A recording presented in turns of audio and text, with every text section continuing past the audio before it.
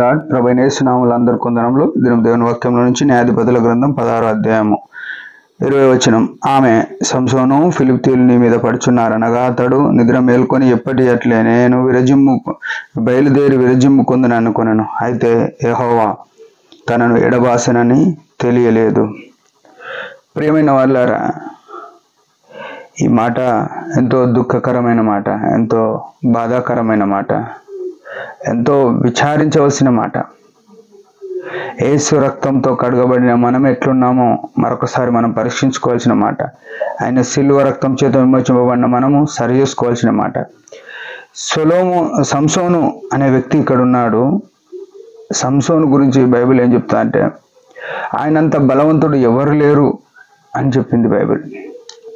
నాజీరు చేయబడిన వ్యక్తి, తన ప్రజలను ఫిలిష్తీయుల చేతుల నుంచి విడిపించడానికి దేవుని చేత ఈ లోకంలోనికి పంపబడిన వ్యక్తిగా ఉన్నాడు.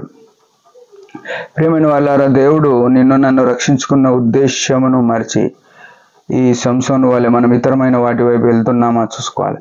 ఈయన ఈ లోకంలో పుట్టిండు ఎందుకంటే ఫిలిష్తీయుల చేతుల నుంచి ఇశ్రాయేలును రక్షించడానికి పుడితే ఈయన చేసిన పని ఏంటంటే తన సొంత శరీర ఆశల కొరకు ప్రయాసపడ్డాడు.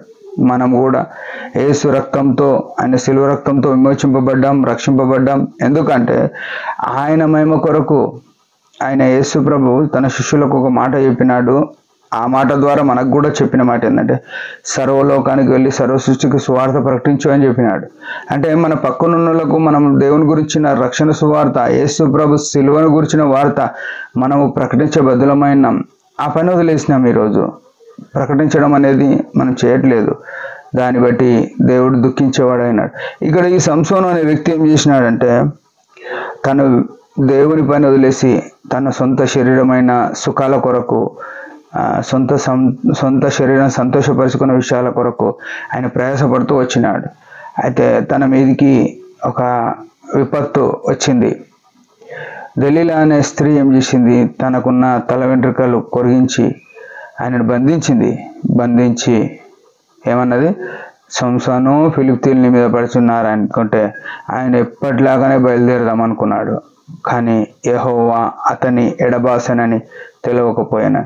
ఈనాడు ప్రియమైన వాళ్ళారా, సంఘంలో ఉన్న సేవకులు, బోధకులు, పరిచారకులు, సంఘ పెద్దలు, సంఘ కాపరులు, నాయకులు అంతా కూడా దేవుడు వారిని విడిచిపోయినాడు, దేవుని ఆత్మ లేకుండా పరిచర్య జరుగుతుందనే విషయం తెలియకుండా జరుగుతుంది. ఎందుకంటే ఆదిమ సంఘంలో జరుగుతున్న అద్భుతాలు ఇవాళ ఏమైనాయి? ఆదిమ సంఘంలో పేతురు, యోహాన్లు దేవాలయం ఎక్కి వెళ్తే పుట్టినది కొండ మొదలుకొని కుంటివాడు లేచి నడిపినారు. నజరేయుడైన యేసు నామమున నడుమని చెప్పినారు. పేతురు ఏదన్నా త్రోవలో వెళ్తుంటే రోగులను మంచముల మీద తీసుకొని వచ్చి దారి పొడుగున ఆయన నీడ పడితే బాగావాలని చూసినారు. ఈనాడు సంఘంలో స్వస్థతలు ఏమైనాయి? అద్భుతాలు ఏమైనాయి? పేతురు చెరసాలలో ఉంటే సంఘము ప్రార్థిస్తే చెరసాల సంఖ్యలు ఊడిపోయి పేతురు బయటికి విడిపించబడిన వృత్తాంతం మనకు తెలియదా? ఈనాడు సంఘంలో ఎన్నో గొడవల్లో ఉంది. సంఘం కొట్లాడుకుంటున్నారు. ఎందుకొరకంటే నేనే బాగా నడుపుతా సంఘాన్ని అని అనుకుంటున్నారు, నేనైతే మంచి రూల్ చేస్తా సంఘాన్ని అని అనుకుంటున్నారు. ప్రియమైన వాళ్ళారా, సంఘాన్ని ఒక భక్తుడు మాట్లాడతాడు, బైబిల్లో ఉంది, రిఫరెన్స్ నాకు అంత తెలియదు ఈ టైంలో. ఏమన్నాడంటే, నేను కానీ నా పిల్లలు కానీ మిమ్మల్ని ఏలరు, యెహోవా మిమ్మల్ని ఏలాలి అని చెప్పినాడు. ప్రియమైన వాళ్ళారా, దేవుణ్ణి ఏలికగా పెట్టి మనం జీవిస్తే సంఘం వర్ధిల్లుతుంది. మనం ఈనాడు నేనే బాగా నడిపిస్తా సంఘం అని కొట్లాడుకుంటారు, వాక్యం తెలిసినలే. అయితే ఇక్కడ సంసోను తన పని వదిలేసి వేరే పనికి వెళ్ళినాడు. ఇప్పుడు మనం కూడా సువార్త ప్రకటించేది లేదు, అధికారం కొరకు సంఘం నడిపించడానికి పాకులాడితే అదొక నాడు ఏం తీసుకొస్తుంది అంటే, మనకు ఈయనకు యెహోవా ఎడబాసినట్టుగా మన నుంచి దేవుడు వెళ్ళిపోయినాడని తెలియదు మనకు. మనం ఎట్లున్నామో దేవుణ్ణి కలిగి ఆయన సన్నిధిలో నీతిగా నిందారైతగా నడుద్దాం, ఆయన మహిమ కొరకు జీవిద్దాం, సంఘంను భద్రపరుస్తాం. దేవుడి మాట దీవించును గాక. చిన్న ప్రార్థన. పరమ తండ్రి యేసు ప్రభు శ్రేష్టమైన నామన వందనాలు. నేటి దినాల్లో ఉన్న సంఘంలోంచి సంఘ వ్యవస్థలో కూడా మనం జాగరూకులంగా నీ మహిమ కొరకు, నీ చిత్తం కొరకు పని చేయట కృపణీయమని యేసు ప్రభు నామములో ప్రార్థిస్తున్నాం తండ్రి. ఆమెన్. మీరందరి పరిచర్య గురించి భారంగా ప్రార్థించండి. Praise the lord.